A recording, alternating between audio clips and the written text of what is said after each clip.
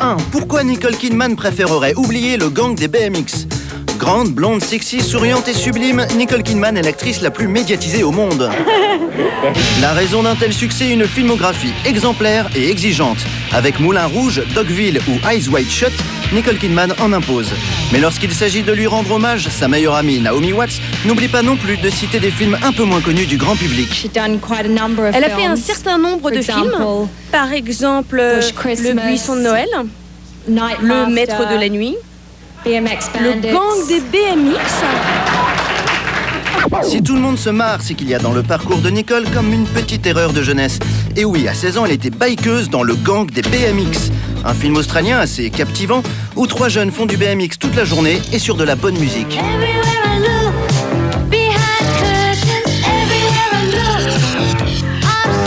Costume criard, cascade à 2 francs et bouclette à gogo pour la jeune Nicole, on comprend que cet ovni cinématographique puisse la gêner aujourd'hui. Elle refuse d'ailleurs toute interview à ce sujet. Mais à votre avis, c'est pour son rôle ou pour sa coupe de cheveux? Plutôt pour sa coupe de cheveux. Allez, secret numéro 2. Pourquoi Jean Reno a bien fait de jouer dans les bidasses aux grandes manœuvres? Aujourd'hui, à l'affiche des plus gros succès internationaux, Jean Reno, dans le passé, a plutôt donné dans le cinéma franchouillard, avec notamment Les Bidasses aux grandes manœuvres. Sur ce film, celui qui l'auditionne s'appelle Luc Besson. Il a été engagé comme premier assistant réalisateur. Pendant les essais, Jean Reno ne parle pas et il a un peu trop bu. Mais Luc Besson, sous le charme, lui obtient un rôle. Jean Reno ne va pas être déçu, il sera le lieutenant Zag. Lieutenant Zig, présent. Lieutenant Zag, Zan. Lieutenant Zig et Zag vont vous apprendre à marcher droit. Qu'est-ce qui vous fait rire, vous? Bah monsieur, vous dites qu'ils vont nous apprendre à marcher droit. Et comme leur nom c'est Zigzag. Zigzag, vous voyez ce que je veux dire? Il est bête. Silence! Ce film, véritable hymne à l'humour militaire, ne fait pas un carton en salle. Pour la presse de l'époque, c'est un Himalaya de crétinisme. Zan. Mais ce que la presse ne sait pas, c'est qu'à la sortie du film, le premier assistant réalisateur et le lieutenant Zag sont déjà en train de travailler ensemble sur leur premier court-métrage. Ils formeront l'un des couples d'acteurs-réalisateurs les plus marquants et rentables du cinéma français. Secret numéro 3. Pourquoi Kevin Costner aurait dû s'abstenir de jouer dans Sizzle Beach, USA?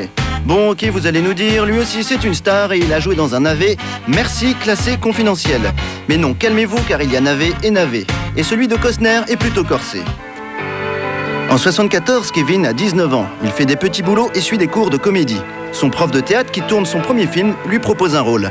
Ça s'appelle Sizzle Beach USA. Bon, ok, c'est un film érotique, mais c'est l'occasion pour Costner de faire ses premiers pas devant une caméra. Attention Kevin, action. Un Costner chaud comme la braise, mais le film passe inaperçu à sa sortie. Mais 12 ans plus tard, en 86, quand il devient une star avec Les Incorruptibles, le film ressort en grande pompe. Des affiches sont placardées partout avec sa trombine et son nom en énorme. Ce qui l'a, paraît-il, beaucoup énervé. Mais bon, il aura quand même appris à bien galocher. Secret numéro 4. Comment se fait-il que George Clooney n'ait pas honte du retour des tomates tueuses? Comment fais-tu la différence entre deux tomates? Avec un titre comme ça, on place la barre très haut. Et avec des images comme ça, on se dit que ça y est, on a trouvé le navet du siècle. Eux, ils sont jardiniers et charpentiers. Ce ne sont pas des hommes tomates. On se dit aussi que George Clooney, dont c'est l'un des tout premiers rôles au cinéma, a dû essayer de détruire les bandes. Mais en fait non, il a même l'air content d'être là. Et oui, car finalement, le retour des tomates tueuses n'est pas un navet comme les autres, c'est une parodie de navet. Contrairement aux Kidman, Reno et Costner, Clooney assume tout à fait son début de carrière. J'étais pas tout seul, je dois l'avouer, mais j'ai bien pris ma part au combat. Et je vous le mets, je suis là. Vous pouvez m'interviewer, je sais tout. Pour lui, c'est la preuve qu'avec un scénario stupide, on peut faire un bon film. On va peut-être faire une suite.